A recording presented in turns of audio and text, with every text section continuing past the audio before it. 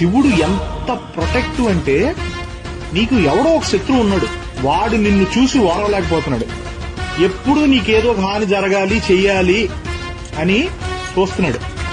నువ్వేమో రోజు శంకరుని పూజిస్తావు. శివుడు ఏమంటాడు తెలుసా అప్పుడు?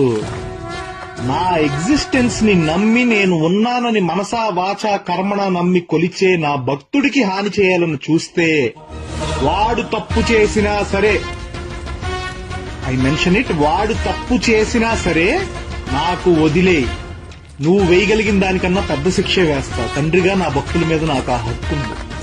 అలా కాదని నువ్వు వాడికి హాని చేయాలని చూస్తే ఏదో ఒక రూపంలో వస్తా, ఖచ్చితంగా నిన్ను చంపేస్తా. ఆ చంపడం కూడా అలా ఇలా కాదు, మళ్లీ ఇంకో జన్మెత్తాలి అన్నప్పుడు నీ ఒంట్లో ఆఖరి రక్తపు కణం కూడా బెదిరి చచ్చేలా చంపుతా అంటాడు శంకరుడు. అంత ప్రొటెక్టివ్ అండ్ అంత ప్రేమ